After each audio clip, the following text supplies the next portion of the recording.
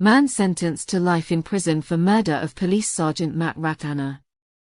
A man who concealed a loaded revolver and used it to kill a police sergeant in a South London custody centre has been sentenced to a whole life order in prison.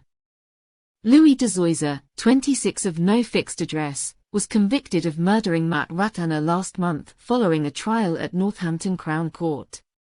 Today, Thursday, the 27th of July, he was sentenced to the whole life term for the murder of the popular police sergeant. Commissioner Sir Mark Rowley spoke outside court following the conviction of Dezoiser, paying tribute to Matt and reflecting on the risks faced by officers and the courage they show each day.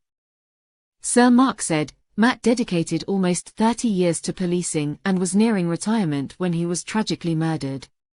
He was an outstanding officer who brought joy to his work, treating everyone with respect, compassion, and good humor. In the days after his death, tributes flowed in from Matt's colleagues, from communities he had served and from those who knew him in his life outside policing. They were a testament to the man he was. Whether it was on the street or in a custody centre as a uniformed police officer, or on the rugby field as a player and later a coach, it is clear he was someone who made an enduring impact wherever he went. We will ensure that he is never forgotten.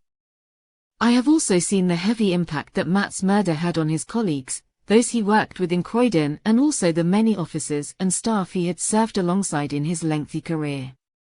That impact is particularly felt by those who were present on the night he was murdered. This tragedy has caused me to reflect on the uncertain world within which police officers operate and the risks they face day by day. Officers never have a perfect picture of what awaits them at the next incident.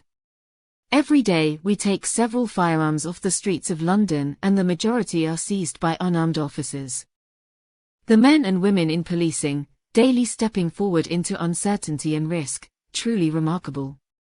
The officers and staff who were on duty on the night Matt was killed showed just those attributes. Without their courage, I believe that more lives would have been lost. I am immensely proud of their professionalism and their bravery.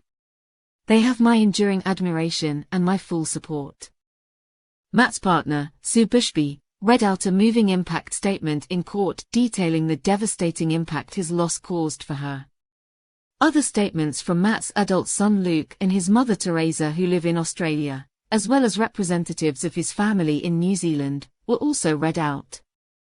To recap, in the early hours of the 25th of September, 2020, Dezoiser was stopped for the purpose of a search by two uniformed police officers on vehicle patrol, whilst in London Road, Croydon. Dezoiser directed the officers to an amount of cannabis contained in a large holdall he was carrying. He was placed in handcuffs and detained for a search, during which they subsequently found some rounds of ammunition in a pouch. He was arrested, but unbeknownst to anyone, Dezoiser was concealing an antique firearm in a holster under his armpit. Due to the discovery of the ammunition and for their security, officers handcuffed Dezoiser with his hands behind his back. He was placed in a police van and taken to one of the Met's custody centres on Windmill Road in Croydon for a further search. After arrival, Police Sergeant Matt Ratana checked Dezoiser's temperature as part of COVID protocols in place at the time. He was then allowed to enter the custody suite. Dezoiser was still handcuffed to the rear and was placed into a holding cell where officers remained with him. Sergeant Ratana authorized a further search of Dezoiser, including the use of a handheld metal detector search wand. The arresting officers were standing either side of Dezoiser with Sergeant Ratana directly in front of him. As the officers struggled to get him to respond to an instruction to stand up, Dezoiser produced a gun to the right-hand side of his body and fired 2 shots at close range towards Sergeant Ratana. Officers immediately tried to disarm Dezoiser as he fired a 3rd shot. As they brought him to the floor, Dezoiser fired a 4th shot which entered his own neck.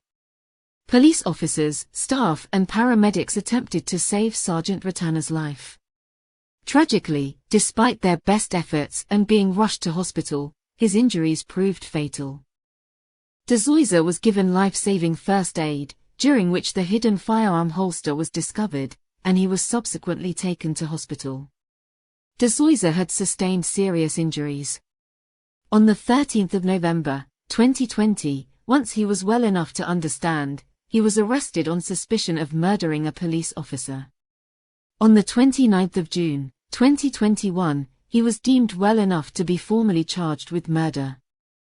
Dezois illegally purchased the gun he used, an antique Colt .41, 1895 double-action revolver, under obsolete caliber exemptions and manufactured the ammunition at home. No ammunition was readily available to buy for the 128-year-old weapon. The events surrounding the murder have been independently investigated by both the Independent Office for Police Conduct, IOPC, and the Health and Safety Executive, HSE.